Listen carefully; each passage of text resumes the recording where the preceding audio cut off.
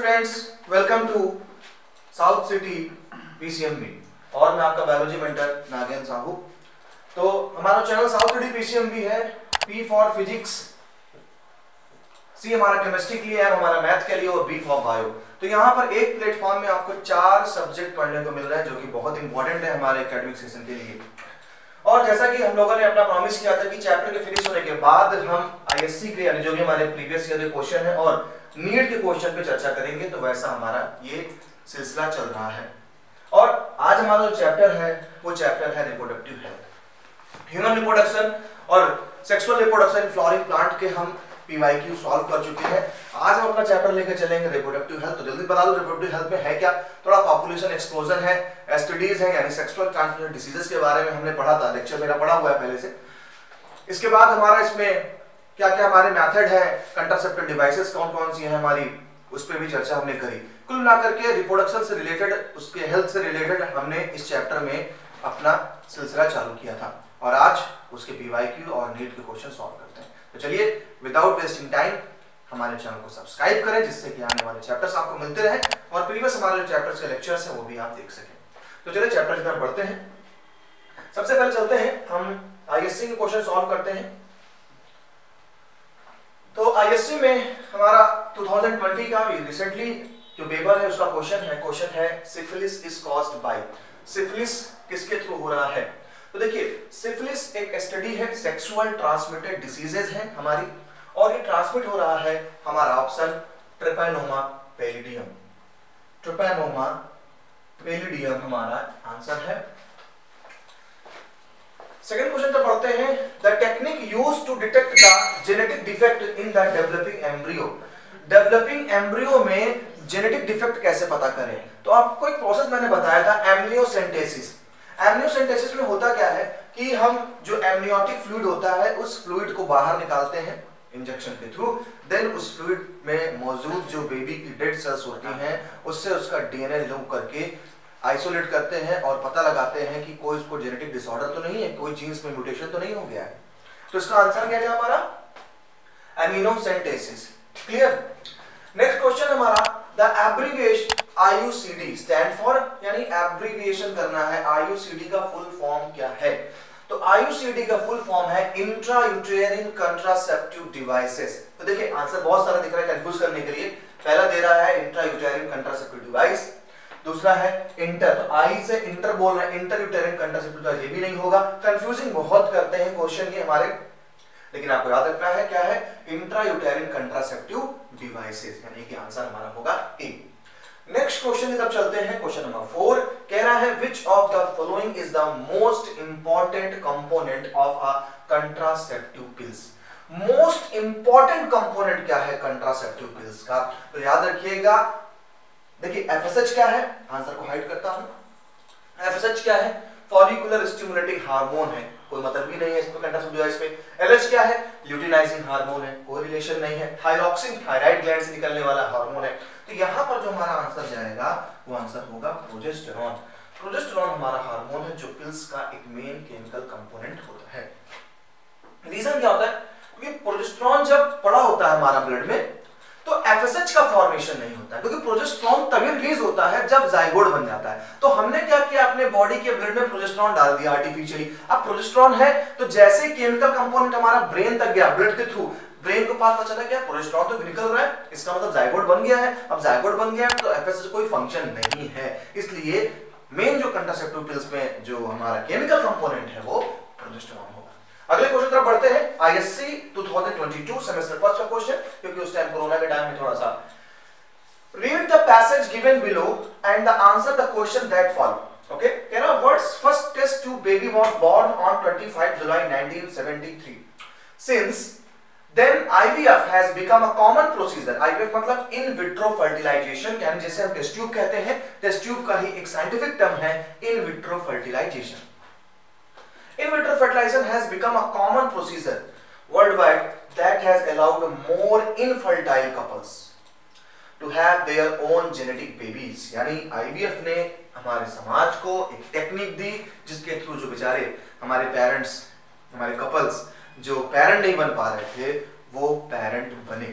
तो क्या है आंसर? अब क्वेश्चन लेके क्या कहते हैं, यार IVF is a type of assisted reproductive technology, assistance नहीं होगा, असिस्टेंट भी नहीं होगा, असिस्टेड रिप्रोड्यूस टेक्नोलॉजी ये भी नहीं मेरे भाई, आंसर जो है वो है असिस्टेड रिप्रोडक्टिव टेक्नोलॉजी, यानी आंसर हमारा हो गया ए, असिस्टेड रिप्रोडक्टिव टेक्नोलॉजी।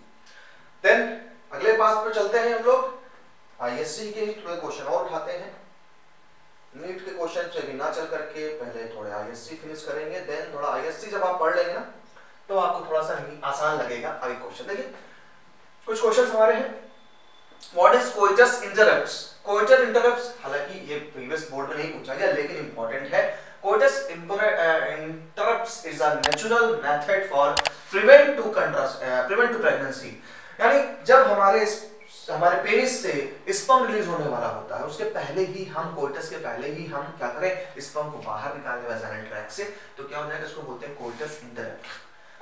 इसमें से और अच्छा क्वेश्चन अगर बात करें तो हम आ जाइए सीधे आईएससी 2020 पे आ जाइए। क्वेश्चन कहता है expand the term IUI, IUI का मतलब intra uterine insemination, intra uterine insemination, सारे की सारी टेक्नोलॉजीज असिस्टेड रिप्रोडक्टिव टेक्नोलॉजीज हैं जहां पर हम स्पर्म को या तो आर्टिफिशियली इंजेक्ट करें वाजाइनल ट्रैक्ट पे या स्पर्म नॉर्मली जाए, तो जो आईयूआई है ये एक आर्टिफिशियल प्रोसेस है जिसमें हम वाजाइनल ट्रैक्ट पे स्पर्म को इंजेक्ट करते हैं, तो टर्म बन जाता है intra uterine insemination. Next question कहता है name the causative agent of genital warts, genital warts के लिए क्या है, ये भी एक तरीके का सेक्सुअल ट्रांसमिटेड डिसीज है, वायरस से होने वाली डिसीज है ये, किससे हो रही, human papilloma virus, papilloma virus से जेनाइटल वार्ट होता है, एक स्टडीज है, सेक्सुअल ट्रांसमिटेड डिसीज है। नेक्स्ट 2021 का क्वेश्चन है give one reason for medical termination of pregnancy, क्यों हम मेडिकल टर्मिनेशन, देखिए एमटीपी इसको बोलते हैं, एमटीपी, एमटीपी का मतलब मेडिकल टर्मिनेशन ऑफ प्रेगनेंसी है, जैसे नॉर्मल कंडीशन का आप कहते हो एबॉर्शन, तो ये एबॉर्शन का एक साइंटिफिक टर्म है, पढ़े लिखों की भाषा है, MTP medical termination of pregnancy, यानी जब हम क्लिनिकली किसी वेल डॉक्टर से, अच्छे डॉक्टर से अपना एबॉर्शन कराते हैं तो आप टर्म यूज करते हैं एमटीपी, लेकिन सवाल आता है एमटीपी आप यूज कब करेंगे, तो एक टाइम पे एमटीपी बड़ा कॉमन सा था, लोग आसानी से एबॉर्शन कराते थे, देखा कि लड़की है या जो भी उनका अनडिजायर्ड बेबी है उसको करा देते थे, लेकिन जब गवर्नमेंट ने देखा कि सेक्स रेशियो बहुत गिरने लगा फीमेल का, तब उन्होंने कहा बैन किया इसको कि कोई भी नॉर्मल पर्सन इसे नॉर्मल कंडीशन के लिए एमटीपी नहीं कराएगा, एमटीपी सिर्फ एक खास कंडीशन पे कराई जाएगी, मेडिकल टर्मिनेशन कराया जाएगा, बेबी का एबॉर्शन कराया जाएगा केवल उस कंडीशन पे जब बेबी जेनेटिकली अनफिट है, तो हम कब कराएंगे MTP, genetic defect in the embryo, अब एम्ब्रियो में 15 हाथ निकले आ रहे हैं और वो मेंटली डिस्टर्ब दिख रहा है एम्ब्रियोनिक कंडीशन पे, क्योंकि जीन्स के थ्रू हम पता कर लेते हैं, तो ऐसी कंडीशन पे उसे ना ही लाया जाए दुनिया में तो ज्यादा अच्छा रहेगा। तो ये हमारा एमटीपी हो गया, मेडिकल टर्मिनेशन ऑफ प्रेगनेंसी। चलिए आगे बढ़ते हैं, देखता हूँ आईएससी के कुछ और क्वेश्चंस हैं हमारे पास, तो आईएससी ग्लू, अदरवाइज फिर हम मेडिकल के क्वेश्चंस पे आ जाएंगे, नीट पे आ जाएंगे। चैप्टर बहुत बड़ा नहीं है, छोटा चैप्टर है, तो आपको बहुत ज्यादा क्वेश्चन बोर्ड में या बहुत मेडिकल में बहुत ज्यादा क्वेश्चन नहीं मिलने वाले इससे, मैं ट्राई करता हूँ। चलिए अब आपको बोर्ड में क्वेश्चन नहीं मिलने वाले तो मैं एक सीरीज से स्टार्ट करता हूँ। ओके चलिए सीरीज से चलेंगे। एजर्सन रीजन पे क्वेश्चन मैंने रखा हुआ है यहाँ पे, और नीट में 2022 में पूछा भी गया है, तो एजर्सन रीजन अभी काउंसिल ने ऐड किया है हमारे बोर्ड एग्जामिनेशन में, तो हो सकता है कि यहाँ कुछ क्वेश्चंस एजर्सन रीजन के क्वेश्चन हमारे बोर्ड एग्जाम में आ जाए। ठीक है चलिए देखते हैं एजर्सन क्या कहता है। एजर्सन कहता है osteoporosis is the characterised by decreased bone mass and increased chances of fractures. देखिए ओस्टियोपोरोसिस है क्या, आपके बोन में की डेंसिटी कम हो जाती है, कैल्शियम ऐसे में कमी होने के कारण बोन बहुत सॉफ्ट हो जाती है और छोटी छोटी चीजों पे फ्रैक्चर होने का खतरा हो जाता है। तो एजर्सन सही कह रहा है कि osteoporosis is characterised by decreased bone mass and increased chances of fracture. सही बात है, एजर्सन को मैं ट्रू कहता हूं, तो मैं यहां राइट कर देता हूं एजर्सन इज ट्रू। चलिए देखते हैं रीजन जुड़ता है नहीं जुड़ता है फिगर से। अब रीजन पे पहुंचे तो रीजन भाई साहब कहते हैं common causes of osteoporosis is increased level of estrogen, गलत जवाब, estrogen is a female hormone और इस हार्मोन का बोन डेंसिटी से कोई लेना देना नहीं है। यानी common cause of osteoporosis is increase level of oestrogen. अब मैं इसको फॉल्स करता हूं तो आंसर आप अपने आप खुद देख लीजिए क्या आंसर बनेगा। आंसर आपका आ जाएगा, देखिए कितने आसानी से आप सॉल्व कर लेते हैं। मैंने कई बार ट्रिक बताई है कि एजर्सन और रीजन को बिकॉज से जोड़ना है। पहले एजर्सन देखे सही है, फिर देखिए रीजन का स्टेटमेंट सही है। अगर दोनों सही हैं फिर दोनों सेंटेंसेस को बिकॉज से जोड़िए। अगर बिकॉज से जुड़ जाता है, सो से जुड़ जाता है, then the answer will be A and R both true and R is correct explanation of A. Clear? तो यहाँ पर देखिए assertion सही है और reason false है, तो आंसर हमारा क्या आ जाएगा? A is correct but R is not correct, यानी आंसर हमारा C हो गया। ये क्वेश्चन में सॉल्व किया नीट का 2022। आगे बढ़ चलते हैं। 2022 का क्वेश्चन है Lippes loop is a type of contraceptive used as. Lippes loop is a type of contraceptive used as cervical barrier, vault barrier, non medicated IUD है और कॉपर रिलीजिंग आईयूडी है। तो देखिए कॉपर रिलीजिंग में तो साफ साफ कह दूं कि यहाँ पर कॉपर रिलीजिंग लेकर आपको यूज करते तो कॉपर टी होता है, बहुत अच्छे से पता है। थोड़ा सा हमें दिमाग यहाँ खर्च करना पड़ेगा, थोड़ा सा, है ना, थोड़ा सा सोचिए। और तो यहाँ पर हमारा सर्वाइकल बैरियर भी नहीं, क्योंकि सर्वाइकल बैरियर हमारा होता है फीमेल कॉन्डोम या उसे को हम बोलते हैं डायफ्राम। तो ये भी नहीं है, ये भी नहीं है, तो भाई आंसर क्या है? आंसर हमारा लिपिस लूप एक नॉन मेडिकेटेड आईयूडी है, नॉन मेडिकेटेड। क्लियर? चलिए आगे चलते हैं, आप इसमें नोट करिए, फिर आगे चलते हैं क्वेश्चंस पे। क्वेश्चन नंबर आगे बढ़ते हैं, नीट की तरफ क्वेश्चन लगाते हैं। तो क्वेश्चन तरफ अगर बढ़े आगे,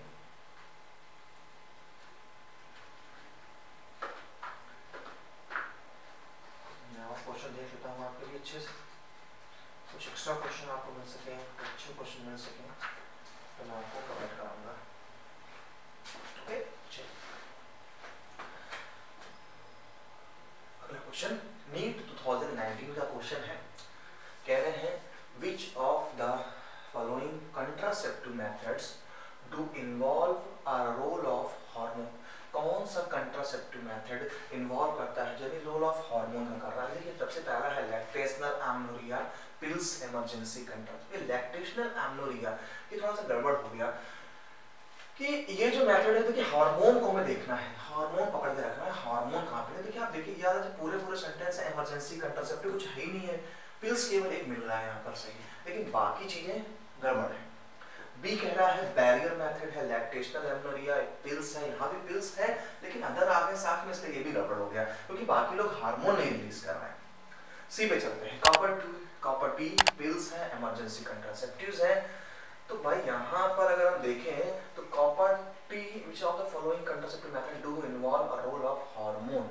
तो अगर आप जाएंगे तो आपको यहाँ पर आंसर सी सही मिलेगा, क्योंकि कॉपर टी से भी कुछ हमारे रिलीज होते हैं और इमरजेंसी पिल्स है, पिल्स में हार्मोन होती है। देखिए हम चाहते तो ऊपर भी कर सकते थे, लेकिन ऊपर इसलिए नहीं कर रहे हैं क्योंकि ऊपर कोई हार्मोन नहीं निकल रहा है। आपका आंसर ए सही होगा।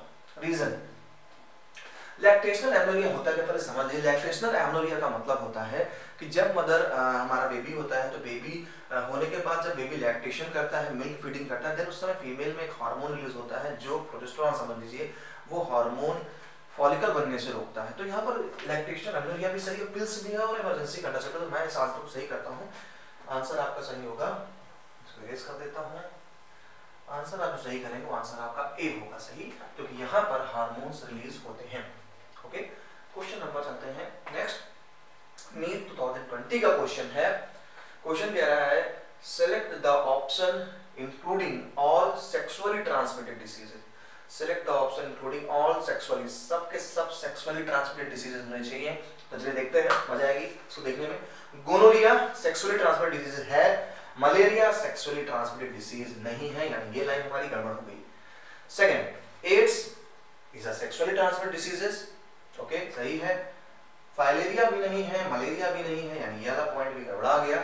चलिए सी पे चलते हैं। कैंसर कोई सेक्सुअली ट्रांसमिटेड डिसीज नहीं है, तो भाई ले देके जो हमारे पास ऑप्शन बचता है वो ऑप्शन आया डी, यानी गोनोरिया भी एसटीडी है, सिफिलिस भी एसटीडी है और जेनिटल हर्पीज भी एसटीडी है, सेक्सुअली ट्रांसमिटेड डिसीज होती है। क्वेश्चन नंबर 58 पहुंचते हैं। नीट 2020 का क्वेश्चन है। क्या कहता है ये question? In which of the following techniques the embryo are transferred to assist those females who can not conceive. In which of the following technique, कौन सी technique? The embryo are transfer, embryo transfer कर रहे हैं हम लोग, यानी हमने artificial fertilisation कराया, टेस्ट ट्यूब में कराया, देन जब एम्ब्रियो बन गया, कुछ हमारी स्टेज आती है ब्लास्टोसिस्ट के फॉर्म में आ गई, तब उसको एंटर कर रहे हैं, तो वो टेक्निक का नाम। तो यानी पहले हमें समझना बेटा कि एम्ब्रियो टर्म आना चाहिए, किसी में भी होगा एम्ब्रियो जरूर आएगा। क्या कहते हैं?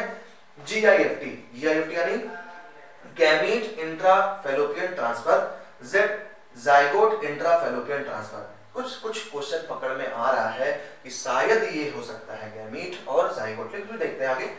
ICSI इंट्रासाइटोप्लाज्मिक, ये भी नहीं होगा। इंट्रा कंट्रासेप्टिव, ठीक है, जिप्ट भी नहीं होगा।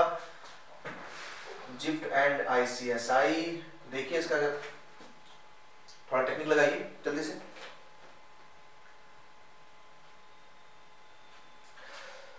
देखिए यहां पर देखिए गैमीट है, गैमीट वाला सारा चीजें गलत हो जाएंगी क्योंकि हम एम्ब्रियो कर रहे हैं और एम्ब्रियो जाइगोट से बनता है। तो जाइगोट यानी हमारा ये आ जाएगा जाइगोट इंट्राफैलोपियन ट्रांसफर या इंट्रायूटेरिस ट्रांसफर, या तो यूट्रस में ट्रांसफर कर देंगे। कहीं पर भी IUT नहीं मिला, मैंने बोला था यूट्रस में ट्रांसफर करना है, तो आंसर आपका ये मिल जाएगा D, जिप्ट एंड IUT।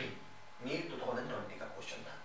आगे चलते हैं question number 59। Which of the following is an example of hormone releasing IUD। तो देखिए मैं बताता हूं आपको, इंट्रायूटेरिन डिवाइस में अगर हार्मोन रिलीजिंग IUD पे जाएंगे तो कॉपर T भी आ जाता है, ठीक है, इसका आंसर ये साफ साफ है। तो यहाँ पर हमने नीट 2019, नीट 2020, नीट 2020 में और 2021 का क्वेश्चन सॉल्व किया। चलिए आगे बढ़ते हैं। आगे पहुंचे हम लोग अब एम्स AFMC, बड़े अच्छे ये ग्रुप हैं मेडिकल के एंट्रेंस एग्जाम के लिए। क्वेश्चन भी इनके अच्छे होते हैं, लेकिन देखते हैं हम लोग कैसे सॉल्व कर पाते हैं। ओके, क्वेश्चन कहता है which of the following contraceptive makes uterus unsuitable for implantation। Which of the following contraceptive makes uterus unsuitable for implantation। कौन सा contraceptive unsuitable यानी वो suitable नहीं है, हो सकता है कुछ inflammation हो जाए, हो सकता है कोई एलर्जी हो जाए, तो कौन सा है? तो हमें ढूंढना है। सबसे पहला देखते हैं कॉपर T, देन कॉपर 7 है, मल्टीलोड 375 है और प्रोजेस्टेस्टेरोन। कौन सा अनस्टेबल है? चलिए देखते हैं। तो अनस्टेबल की बात करें, एम 2013 का क्वेश्चन, तो देखिए यहाँ पर जो अनसुटेबल है वो है प्रोजेस्टेस्टेरोन। ये अनसुटेबल कंट्रासेप्टिव डिवाइस है। Question number 42, tubectomy is a method of sterilisation in which. AIPMT, एक जमाने में जब नीट नहीं होता था तो AIPMT होता था, हर स्टेट का अलग अपना नीट का एग्जाम होता था मेडिकल का। तो all India pre medical test जो था उस 2014 का क्वेश्चन तब सिंपल था उसके हिसाब से, लेकिन हमारे लिए बोर्ड एग्जाम के लिए इंपॉर्टेंट हो सकता है। क्वेश्चन कह रहा है tubectomy is a method of sterilisation in which. देखिए ट्यूबेक्टोमी में ट्यूब लगा है, ट्यूब किस में आता है? फैलोपियन ट्यूब में, फैलोपियन ट्यूब, फैलोपियन ट्यूब आता है। तो फैलोपियन ट्यूब यानी फीमेल में, तो देखिए अपने आप समझेंगे आप, small part of the fallopian tube, यहीं से मिलेगा आपको, small part of the fallopian tube is removed और टाइड अप। देखिए ये जो हमारा एक प्रोसेस है, एक तरीके का परमानेंट मेथड था कंट्रासेप्शन के लिए, कि जो कपल्स चाहते हैं कि अब हम नहीं बनना चाहते पेरेंट्स, तो आप परमानेंट मेथड यूज करेंगे। तो दो मेथड आपको मिलते हैं परमानेंट के लिए, याद रखिएगा। हम बात कर रहे हैं परमानेंट मेथड।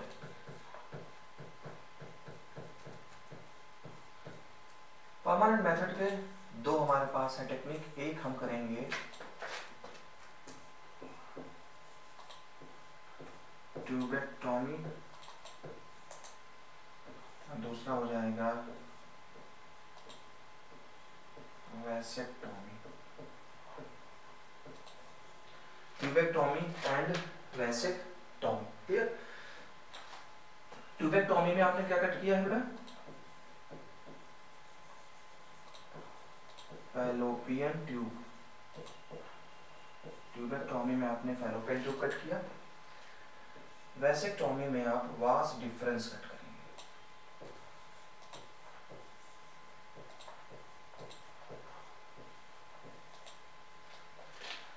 ठीक है, ट्यूबेक्टोमी में आपने क्या फैलोपियन ट्यूब कट की है, वैसेक्टोमी में आप वास डिफरेंस को कट करेंगे।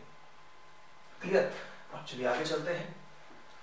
तो देखिए अगले क्वेश्चन चलते हैं, असिस्टेड रिप्रोडक्टिव टेक्नोलॉजी, यानी असिस्टेड रिप्रोडक्टिव टेक्नोलॉजी को हम ARTB कहते हैं। तो ये मैंने इसे शॉर्ट में ऐड करता बिकॉज कभी-कभी ART का एब्रिविएशन पूछ सकता है, ART है क्या? तो असिस्टेड रिप्रोडक्टिव टेक्नोलॉजी है। IVF इन्वॉल्व्स ट्रांसफर ऑफ, देखिए अब असिस्टेड रिप्रोडक्टिव टेक्नोलॉजी इस कॉमन है, इसमें गिफ्ट, IVF, ICSI ये सारी चीजें इंक्लूड हो जाएंगी, ये कॉमन टर्म है। ART असिस्टेड रिप्रोडक्टिव टेक्नोलॉजी कह रहा उसमें IVF in vitro fertilisation involves transfer of, क्या होता है इन विट्रो फर्टिलाइजेशन में, ovum into the fallopian tube, क्या आता है ओवम को फैलोपियन ट्यूब में ट्रांसफर किया जा रहा है, या zygote into the fallopian tube transfer. हालांकि जाइगोट जब होता था बेटा हम एक टर्म यूज करते थे ZIFT, zygote intra fallopian tube transfer, ZIFT, zygote into uterus. अच्छा, embryo with 16 blastomeres into the fallopian tube. चार हमारे पास ऑप्शन है और क्वेश्चन है AIPMT 2014 का। तो देखिए इसका आंसर क्या होता है, zygote into the fallopian tube. जब हम IVF क्यों हमने कहा इसको, देखिए IVF का मतलब ही होता है कि हम एक टेस्ट ट्यूब में स्पर्म ले लें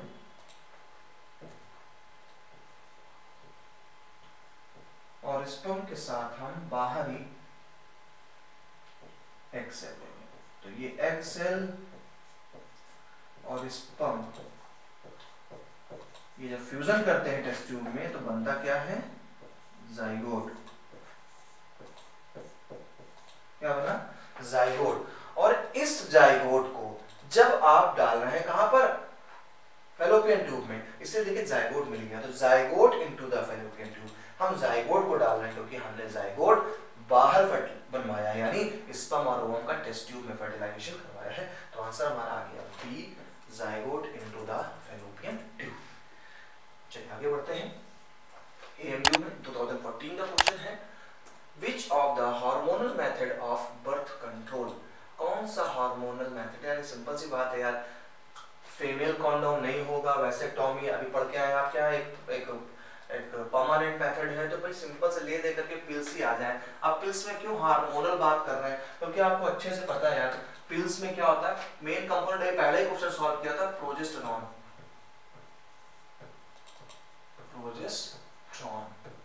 इसलिए हार्मोनल बात करें तो हमारा पिल्स हो जाएगा। तो ये कई बार कई क्वेश्चन घूम के आ रहे हैं, यानी ये क्वेश्चन बार बार हिट कर रहा है, पिल्स हार्मोनल, है ना, तो इस क्वेश्चन पे ज्यादा फोकस करना है पिल्स और हार्मोन्स की बात पे। चलिए, what is the work of copper T. Copper T एक इंट्रायूटेरिन डिवाइस है और आपको अच्छे से पता है कॉपर टी हमारे जो भी हमारा एक मेथड है जिसके थ्रू हम कंट्रासेप्शन के लिए यूज करते हैं। तो क्या करें, to inhibit the ovulation, ovulation को नहीं इनहिबिट करता, गलत बात है।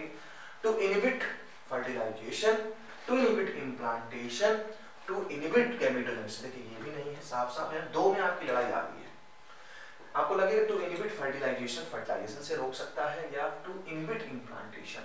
तो बेसिकली फर्टिलाइजेशन से कॉपर टी रोक नहीं पाता है। रीजन क्या है, उनके स्पर्म बहुत माइन्यूट होते हैं और वो भागते हुए फैलोपियन ट्यूब में एंटर कर जाते हैं, लेकिन इनहिबिट करता है इम्प्लांटेशन से। सवाल आता है कैसे, तो देखिए यहाँ ये एक मान लीजिए फैलोपियन ट्यूब है, मैं इसमें फैलोपियन ट्यूब बना दे रहा हूँ शॉर्ट में आपको समझाने के लिए।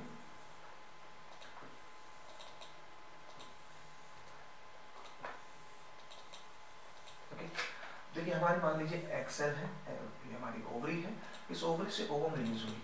अब ओवम तो रिलीज हो गई और हमारे जो स्पर्म है, हमारे स्पर्म भाई साहब बहुत माइन्यूट होते हैं, वो दोनों तरफ से भाग के जा सकते हैं फैलोपियन ट्यूब में और फर्टिलाइजेशन कर सकते हैं। तो ये कॉपर टी जब लगाई जाती है, कॉपर टी कुछ यूं लगाई जाती है, देखिए ये कॉपर टी लगाई गई है, ऐसे जैसे स्ट्रक्चर होता है कॉपर टी का, ये कॉपर टी। तो स्पर्म इनसे निकल तो जाते हैं, लेकिन अब स्पर्म चला गया और स्पर्म ने क्या कर दिया, फर्टिलाइजेशन कर दिया, अब जाइगोट बन गया। ये जाइगोट है हमारा, ये हमारा जाइगोट है। जाइगोट तो बन गया हमारा। अब ये जाइगोट जब आएगा नीचे की तरफ तो ये फेलो इस कॉपर टी में फंस जाएगा, कॉपर टी में फंस जाएगा, कॉपर टी इसको ट्रैप कर लेगी। तो जो कॉपर टी में फंस गया तो अब ये यूट्रस में नहीं आ पाएगा, यानी इम्प्लांटेशन से रोक रहा है। तो आंसर हमारा हो जाएगा C, to inhibit implantation. NEET 2016 CBSE में पूछा गया, 2014 में देखिए होता क्या है बार है कि आप बोर्ड के क्वेश्चन से भी क्वेश्चन नीट वाले उठा लेते हैं।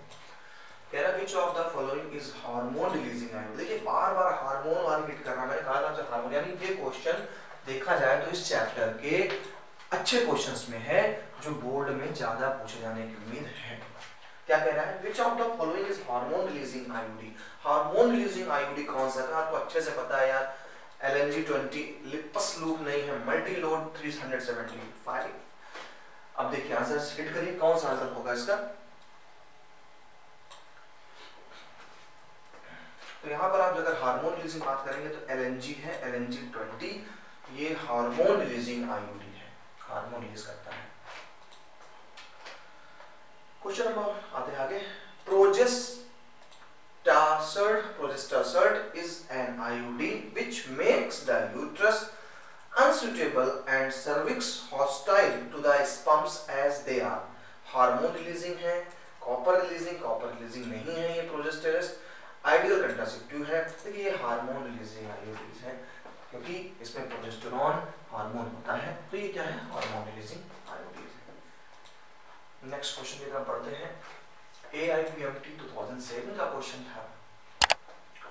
क्या question, in the human female menstruation can be deferred by the administration of, in the human female menstruation। देखिए सबसे पहले menstruation के बाद बता दूं आपको, तो जो हमारा menstruation है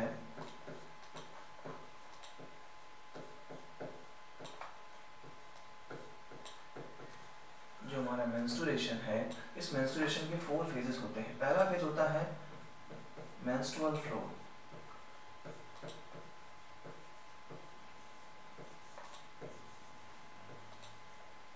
सेकेंड हमारा रीजन होता है, जो फेज होता है वो होता है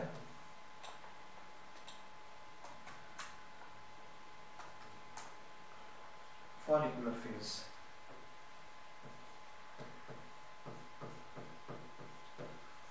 फॉलिकुलर फेज।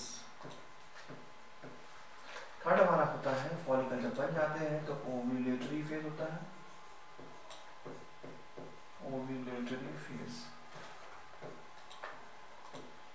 और जब ओव्यूलेशन हो जाता है तो हमारा नेक्स्ट फेज आता है ल्यूटियल फेज।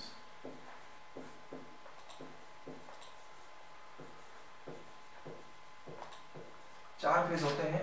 मेंस्ट्रुअल फ्लो पहला, फॉलिकुलर फेज या इसको मेंस्ट्रुअल फेज भी कह सकते हैं आप, ओव्यूलेटरी फेज और ल्यूटियल फेज। इन चार फेज में हमारी मेंस्ट्रुअल साइकिल खत्म होती है।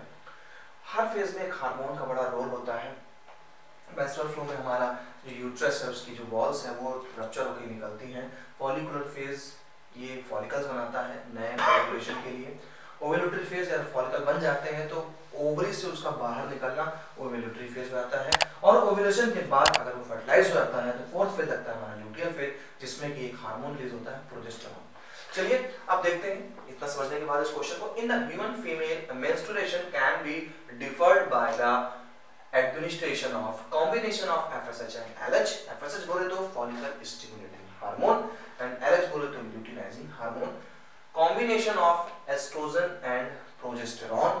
अच्छा, FSH only, LH only। देखिए FSH only और LH only ये हमारा आंसर नहीं होगा। पहला कह रहा है combination of FSH and LH, तो combination of FSH and LH। दूसरा combination of estrogen and progesterone. तो देखिए मेंस्ट्रुअल साइकिल में मेन जो रोल है वो प्रोजेस्टेरोन और एस्ट्रोजन का होता है, तो आंसर हमारा 36 का आ जाएगा B, combination of estrogen and progesterone. Clear. Next question कहता है which of the following is correct about human reproduction, human के रिप्रोडक्शन से क्या चीज करेक्ट है। चलिए देखते हैं।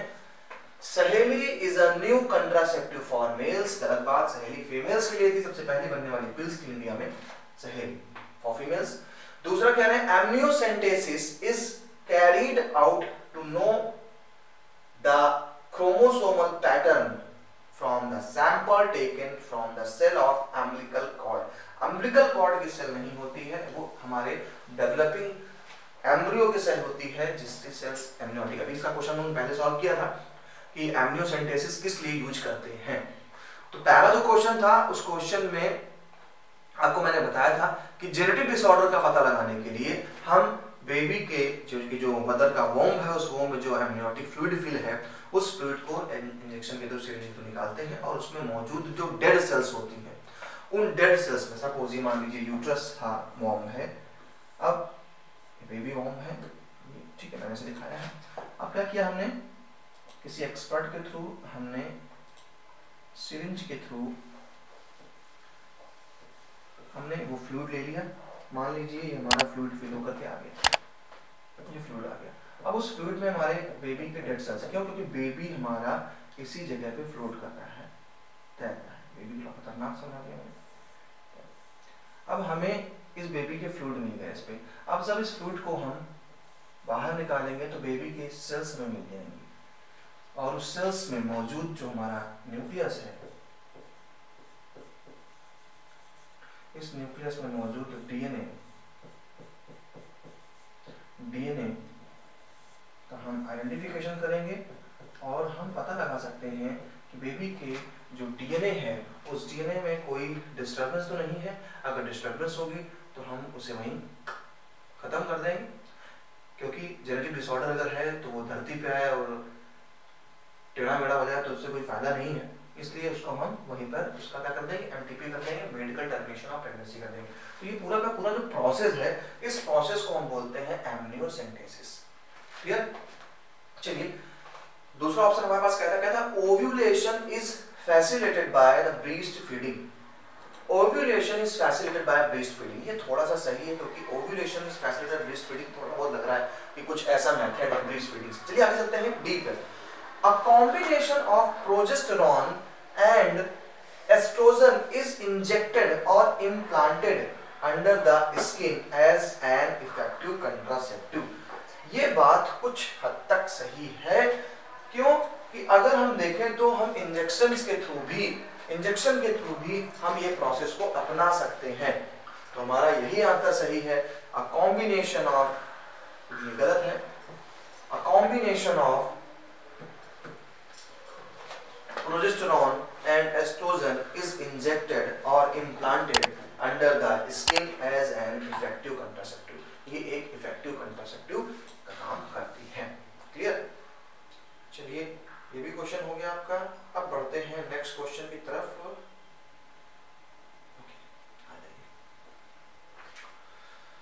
जेकेसीएमईडब्ल्यू 2012 का है, वैसेक्टॉमी प्रिवेंट्स। अब देखिए फिर से वही क्वेश्चन घूम के आ गया। ट्यूबेक्टॉमी और वैसेक्टॉमी पे बात चल रही थी, ठीक है। ट्यूबेक्टॉमी वैसेक्टॉमी, ट्यूबेक्टॉमी क्या था, फैलोपियन ट्यूब को कट किया, टाई किया, और वैसेक्टॉमी वास्ट डिफरेंस को। भाई साहब क्या कह रहे हैं, vasectomy prevent production of semen. Testis तो कट नहीं हो गया है कि प्रोडक्शन ऑफ सीमेन कट जाए, क्यों, क्योंकि देखिए अगर हम वैसेक्टॉमी ले रहे हैं, वास्ट डिफरेंस आपकी टेस्टिस होती है सपोज, और इस टेस्टिस के ऊपर हाईली कॉइल्ड हमारा स्ट्रक्चर होता है, कैप लाइक होता है, तो मैं बताता हूँ उसको। ये जो पाइप जाता है, ये पाइप, देखिए ये हमारा हो गया टेस्टिस, ये है एपिडिडाइमिस,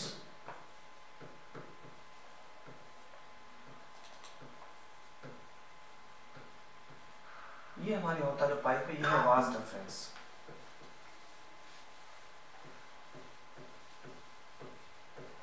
ये वास डिफरेंस हो गया। ये मैंने इसलिए बताया कि क्वेश्चन एक एपिडाइमिस से बन सकता है कि what is the function of epididymis. तो एपिडाइमिस क्या करता है, स्टोर एंड मैच्योरेशन करता है स्पर्म का।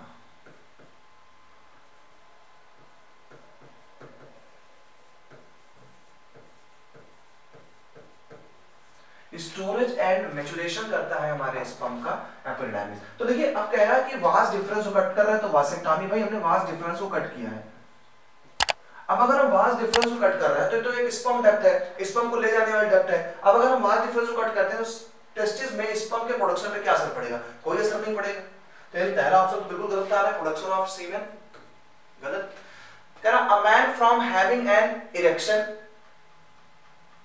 इरेक्शन से इरेक्ट करेगा भाई, इरेक्शन का मतलब है पेनिस का इरेक्टाइल हो जाना ड्यूरिंग कॉपुलेशन, तो वास डिफरेंस को लेना देना नहीं है। Production of sperm in the testis, ये भी गड़बड़ा जाएगा, टेस्टिस में स्पर्म के प्रोडक्शन से कुछ लेना देना नहीं है। लेकिन हमारा ये आंसर सही होगा, movement of sperm into the urethra, urethra में स्पर्म को जाने से रोके, क्योंकि वास डिफरेंस फंस गई है। तो अब ये जब अगर पेनिस के थ्रू जाएगा यूरेथ्रा में तो वहां स्पर्म पहुंच पाएंगे। नेक्स्ट नीट 2013 का क्वेश्चन है, artificial insemination means, artificial insemination का मतलब होता है कि स्पर्म को पेनिस के थ्रू ना लेकर के किसी सिरिंज के थ्रू पहुंचाना। तो सीधे सीधे आंसर मिलेगा introduction of sperms of a healthy donor directly into the ovary, ovary में नहीं जाता स्पर्म कभी भी, गलत बात। B transfer of sperm of a healthy donor to a test tube containing ova, transfer of sperm of healthy donor to a test tube containing ova, no ये भी नहीं होगा।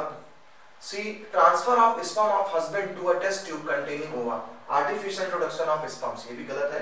और हमारा आंसर आता है artificial introduction of sperms of a healthy donor into the vagina. Clear? तुम्हारा ये आंसर सही होगा। And the last question, which of the following can not be detected in developing foetus by amniocentesis, क्या detect नहीं हो सकता बेटा? Sex of foetus हम डिटेक्ट नहीं करेंगे। जॉन्डिस हो गया, क्लिफ्टर सिंड्रोम, जॉन्डिस नहीं करना है because jaundice is a non genetic disorder, non genetic disorder. Clear? Non genetic disorder है, ये नहीं हो पाएगा। क्लियर? और नॉन जेनेटिक है, जॉन्डिस नॉन जेनेटिक है, जॉन्डिस तो कभी भी हो सकता है, तो उसमें कोई डीएनए में थोड़ी ना कुछ होता है कि हाँ डीएनए से कुछ लेना देना उसका। क्लियर? तो इस तरीके से हमने काफी क्वेश्चन सॉल्व किए, नीट के क्वेश्चंस एंड एकेडमिक क्वेश्चन भी हमने उठाया, और ऐसे ही हर चैप्टर के क्वेश्चंस आपको मिलते रहेंगे। लेकिन देखिए करना क्या है, आपको एंड तक लेक्चर को देखना है, जितना ज्यादा क्वेश्चन देख लेंगे उतना ज्यादा बेनिफिट मिलेगा एग्जाम के लिए। हर चैप्टर से मैं आईएससी में जो पूछे गए क्वेश्चन वो, साथ ही साथ नीट के पीवाई की भी करा रहा हूँ, एम्स भी आ जाता है ना, तो ये सारी चीजें आ जाती है। तो अच्छा हमारे लिए अच्छे से पढ़ते रहें, और मैं तो आपका बायोलॉजी मेंटर आपका हमेशा वेलकम करता रहूंगा अपने चैनल साउथ टीपीसीएमबी पे। चलिए मुलाकात करेंगे नेक्स्ट लेक्चर पे एक नए चैप्टर के साथ, तब तक के लिए